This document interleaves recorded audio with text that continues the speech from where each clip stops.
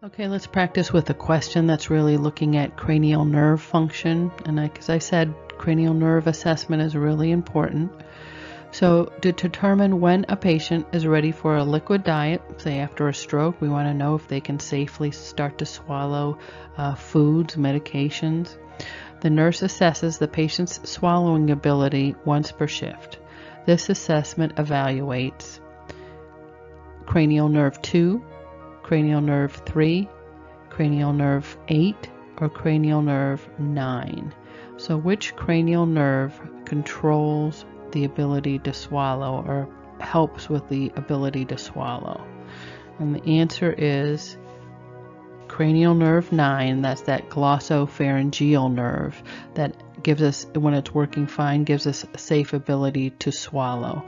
And this is very important with stroke patients. We want to know that they can safely swallow so they don't aspirate any of their food and get aspiration pneumonia. So it's a really important assessment. This slide is really looking at the four main components of a nursing assessment of the neurologic system, and I'm going to help point out things I would look in your textbook and really know how to link the assessment with your assessment finding.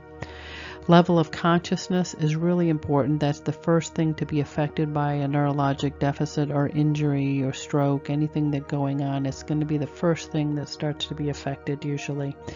And the Glasgow Coma Score is really something that's in the book. It puts a number depending on your assessment findings, 15 being the top, 3 being the worst, and it looks purely at level of consciousness and our ability to interact with the environment. So it's a really important scale to know how to assess and interpret. Cranial nerve assessment, we went over that, and you can see why it's so important because it really reflects brainstem function. Motor function is really looking at not only our grasp and our dorsiplantar flexion of our feet and lifting our limbs, but also pupil constriction, being able to lift and close our eyelids, be able to smile, stick out your tongue. That's all part of the motor function, and knowing where the origination of that motor function or response is coming from gives you a lot of information. And then the sensory component: hearing, vision, smell, recognition of objects by just touch, and touch itself. Can you feel sharp? Can you feel dull? This comes really important with spinal cord injuries, the differentiation between sharp and dull.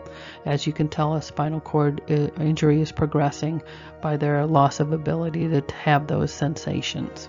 So again, these are important things and components of a full neuro assessment, and I would really know what makes up each of those and go over those in a little bit more detail, how you would assess them and what tools you'd need to assess them. Okay, this is going to show a basic concept map, really looking at a patient with a neurologic injury. We're going to look at a patient with a stroke, and we're going to look at common nursing diagnosis that you can put on a concept map or a care plan that you can use for clinical, and hopefully it'll help you look at the thought process to choosing the right nursing diagnosis.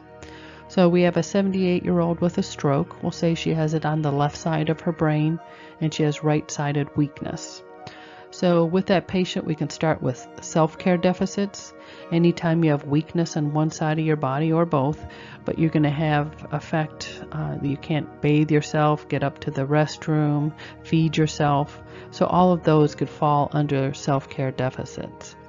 Elimination, oftentimes the patient is incontinent because of their inability to recognize when they need to get up or be able to safely get up to go to the restroom.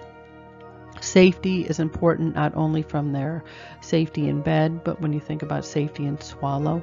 So you want to make sure you have side rails up. You want to make sure that their swallow is very accurately assessed so we know that they can eat the foods that are prescribed in a diet. Nutrition can be affected because maybe they have problems with that olfactory nerve. They're not smelling the food correctly, or they can't properly swallow the food, or they can't know what side of the plate has their food on it. They have a visual deficit, and it's hard to know where their food is on a plate.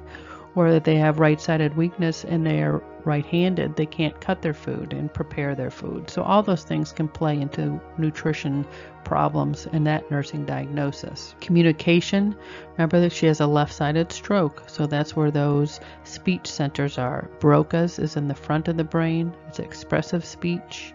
Wernicke's in the back of the brain, and that's receptive speech. So you can have different kind of dysphasias, whether it's expressive or receptive aphasia, depending on what speech center is affected.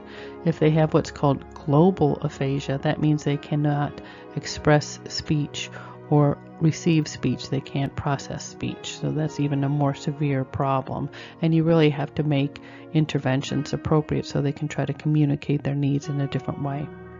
Tissue perfusion, if you have a stroke, it's either from an embolus and an ischemic stroke or a hemorrhagic stroke, so it's disrupting tissue perfusion in the brain, and our role is to prevent further perfusion, so we're doing things to prevent the stroke per the orders of the doctor or provider to prevent progression of that ischemia and advancing the problems with tissue perfusion. To gain access to other modules in this course and many other courses, as well as practice guides, textbook recommendations, and a direct line of communication to us to help with any further questions, please visit studentnurseexchange.teachable.com. Check us out on Twitter at StudentNurseEX for daily tips, tricks, and information on how to survive and pass nursing school.